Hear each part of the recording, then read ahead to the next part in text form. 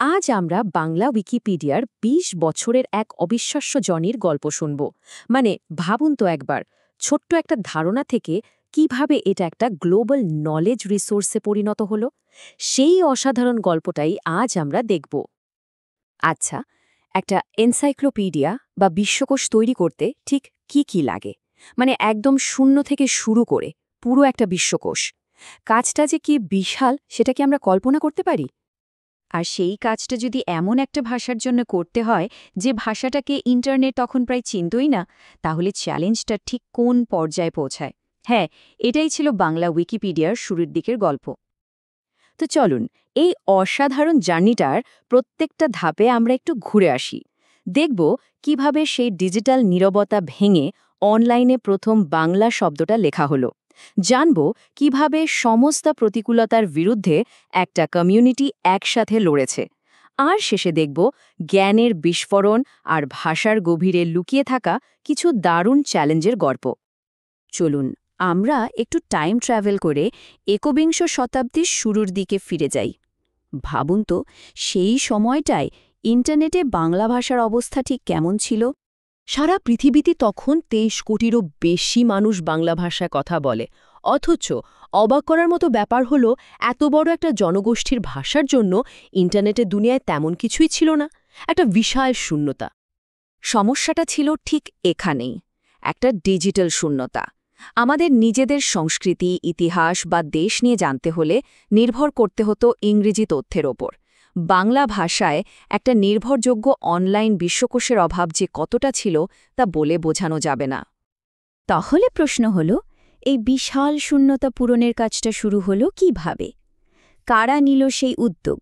কিভাবে জন্ম হলো ইন্টারনেটে প্রথম বাংলা শব্দগুলোর? গল্পের শুরুটা হয়েছিল ২০০২ সালে, যখন উইকিপিডিয়া ডেভেলপাররা বাংলা ভাষার জন্য একটা সাবডোমেইন তৈরি করেন। কিন্তু আসল মোড়টা আসে ২০০৩ সালের ডিসেম্বরে। কানাডায় পড়তেন এক বাংলাদেশি পিএইচডি ছাত্র শাহ আসাদুজ্জামান। তিনি সরাসরি উইকিপিডিয়ার প্রতিষ্ঠাতা জিমি ওয়েলসকে একটা ইমেল করে বসেন। আর সেই একটা ইমেলের জবাবেই কিন্তু ডেভেলপাররা একটা পরীক্ষামূলক হোম পেজ বানান। আর তার ঠিক পরে ২০০৪ সালের ২৭শে জানুয়ারি আনুষ্ঠানিকভাবে যাত্রা শুরু হয় বাংলা উইকিপিডিয়ার। তো যাত্রা তো শুরু হলো, কিন্তু পথটা একদমই মসৃণ ছিল না। বরং শুরুতেই ছিল কাঁটার মতো কিছু প্রযুক্তিগত বাধা। প্রথম দিকে যারা কাজ করতে এসেছিলেন, তাদের জন্য প্রত্যেকটা আর্টিকেল লেখা ছিল একটা বিরাট চ্যালেঞ্জের মতো। আসলে সেই সময় লড়াইটা ছিল দুই দিকে। একদিকে তথ্য জোগাড় করে আর্টিকেল লেখা, আর অন্যদিকে প্রযুক্তির সাথেই যুদ্ধ করা। সেই সময়ের একজন অন্যতম পথিকৃৎ রাগিব হাসান যেমনটা বলেছিলেন, সবচেয়ে বড় চ্যালেঞ্জটাই ছিল ইন্টারনেটে বাংলায় কিছু লেখা। কারণ বেশিরভাগ অপারেটিং সিস্টেমই বাংলা ইউনিকোড সাপোর্ট করত না। ফলে বাংলা উইকিপিডিয়ার ধারণাটাই তখন প্রায় অবাস্তব মনে হতো। একটু ভাবুন, তখন বাংলায় লেখার জন্য কত জটিল কনফিগারেশন করতে হতো। বেশিরভাগ ওয়েবসাইটে বাংলা আসতই না। সাধারণ মানুষের জন্য এটা ছিল প্রায় অসম্ভব একটা কাজ। আর এখন আমাদের কাছে অভ্র কিবোর্ডের মতো টুলস আছে, যা দিয়ে খুব সহজে ফোনেটিক টাইপিং করা যায়। লেখালেখি প্রসেসটা এখন অনেক সহজ। আর এই প্রযুক্তিগত বাধাটা পেরোনোর ফলেই কিন্তু সাধারণ মানুষের জন্য দরজাটা খুলে যায়। আর প্রকল্পটা হয়ে ওঠে সত্যিকারের একটা গণ আন্দোলন। প্রযুক্তিগত বাধাগুলো একবার সরে যেতেই প্রজেক্টটা আর হাতে গোনা কয়েকজনের মধ্যে আটকে থাকল না। এটা ধীরে ধীরে একটা শক্তিশালী স্বেচ্ছাসেবী আন্দোলনের রূপ নিল। আর এই স্বেচ্ছাসেবকরাই তো উইকিপিডিয়ার আসল চালিকা শক্তি। আর এই আন্দোলনটাকে এগিয়ে নিয়ে যাওয়ার জন্য শুরু হলো একের পর এক দারুণ সব উদ্যোগ। যেমন ধরুন, ২০১২ সালে চট্টগ্রামে হলো প্রথম বড় আকারের একটা সম্মেলন। তারপর ২০১৪-১৫ সালে ১০ম বর্ষপূর্তি উপলক্ষে সারা বছর ধরে চলল কর্মশালা আর এডিটাথন। এমনকি ২০১৫ সালে উইকিপিডিয়ার সহ-প্রতিষ্ঠাতা জিমি ওয়েলস নিজেও বাংলাদেশে এসেছিলেন। আর এখন তো দেশ জুড়ে নিয়মিত আর্টিকেল প্রতিযোগিতা আর মিটআপ চলতেই থাকে। তো এত সব উদ্যোগ, এত মানুষের পরিশ্রম, এর ফলটা কি হলো? চলুন এবার কিছু সংখ্যা দেখি, যা এই সম্মিলিত প্রচেষ্টার অবিশ্বাস্য ফলাফলটা আমাদের চোখের সামনে তুলে ধরবে। এই প্রজেক্টের অগ্রগতিটা ছিল সত্যি চোখে পড়ার মতো।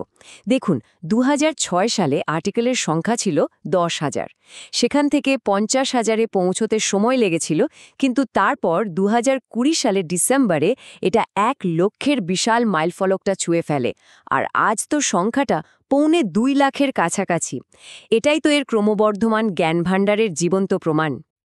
কিন্তু শুধু সংখ্যাটা বড় কথা নয়, আসল ব্যাপারটা হলো এর গতি।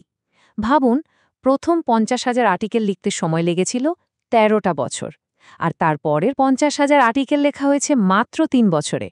এটাই হলো কমিউনিটির শক্তি, যা সময়ের সাথে সাথে আরও শক্তিশালী হয়েছে। আর এর প্রভাবটা কেমন? শুধু 2023 সালেই সারা পৃথিবী থেকে বাংলা উইকিপিডিয়ার পাতাগুলো দেখা হয়েছে 48 কোটি বারেরও বেশি। মানে এর পাঠকপ্রিয়তা যে কতটা বিশাল, সেটা এই একটা সংখ্যায় বলে দেয়। এতক্ষণ তো আমরা আর্টিকেল লেখা আর কমিউনিটির কথা বললাম। এবার চলুন একটু ভেতরের দিকে তাকাই। এমন একটা জটিল চ্যালেঞ্জের কথা বলবো, যা শুনলে বোঝা যাবে যে একটা ভাষাকে অনলাইনে সঠিকভাবে বাঁচিয়ে রাখার কাজটা ঠিক কতটা গভীর হতে পারে। তো এই টেকনিক্যাল চ্যালেঞ্জটা বুঝতে হলে আমাদের প্রথমে অর্থোগ্রাফি বা বর্ণবিন্যাস জিনিসটা কি সেটা জানতে হবে। খুব সহজ করে বললে এটা হলো একটা ভাষার বানান লেখার নিয়মকানুন বা পদ্ধতি। মূল সমস্যাটা ছিল প্রাচীন সংস্কৃত পুঁথি নিয়ে। দেখুন, সংস্কৃতে কিন্তু দুটো আলাদা ব ধ্বনি আছে, একটা বর্গীয় ব আর একটা অন্তস্থ ব। কিন্তু আধুনিক বাংলা লিপিতে আমরা দুটোকেই একই অক্ষর মানে ব দিয়ে লিখি। এর ফলে কি হচ্ছিল? যখনই কোনো প্রাচীন সংস্কৃত বই ডিজিটালি লেখা হচ্ছিল, তখন মূল অর্থটা হারিয়ে যাওয়ার একটা বড় ঝুঁকি তৈরি হয়ে যাচ্ছিল। এই জটিল সমস্যার একটা দারুণ সমাধান বের করলেন বিশেষজ্ঞরা। তারা একটা নতুন অক্ষর তৈরির প্রস্তাব দিলেন। বয়ের পেটে একটা কাঁটা চিহ্ন দিয়ে র। এই নতুন অক্ষরটা ক্লাসিক্যাল সংস্কৃতের আসল ব ধ্বনিটাকে বোঝাবে। এতে করে ঐতিহাসিক বইগুলোর ডিজিটাইজেশন একদম নিখুঁত হবে। বুঝতেই পারছেন, কাজটা শুধু আর্টিকেল লেখা বা অনুবাদ করা নয়, বরং ভাষার টেকনিক্যাল আর ঐতিহাসিক ভিত্তি নিয়েও কাজ করতে হয়। আর এত কিছু করার পর ফলাফলটা কি দাঁড়িয়েছে জানেন? একটা অসাধারণ পরিসংখ্যান দিয়ে। আর্টিকেলের সংখ্যার দিক থেকে নয়, বরং গুণমান বা ডেপথের দিক থেকে বাংলা উইকিপিডিয়া আজ পৃথিবীর 318টা ভাষার মধ্যে 5ম স্থানে আছে। এটা কিন্তু একটা বিরাট অর্জন। ভাবুন একবার, এই যে বিশাল একটা জ্ঞানভাণ্ডার, এটা কিন্তু কোনো বেতনভুক্ত কর্মী দিয়ে তৈরি হয়নি। এটা তৈরি হয়েছে আমাদের মতো সাধারণ স্বেচ্ছাসেবকদের পরিশ্রমে। আর এই পুরো গল্পটা শেষে একটা প্রশ্ন রেখে যায়। আমাদের নিজেদের কমিউনিটিতে এমন কত জ্ঞান ছড়িয়ে ছিটিয়ে আছে, যা অনলাইনে সবার কাছে পৌঁছে দেওয়ার অপেক্ষায় দিন গুনছে।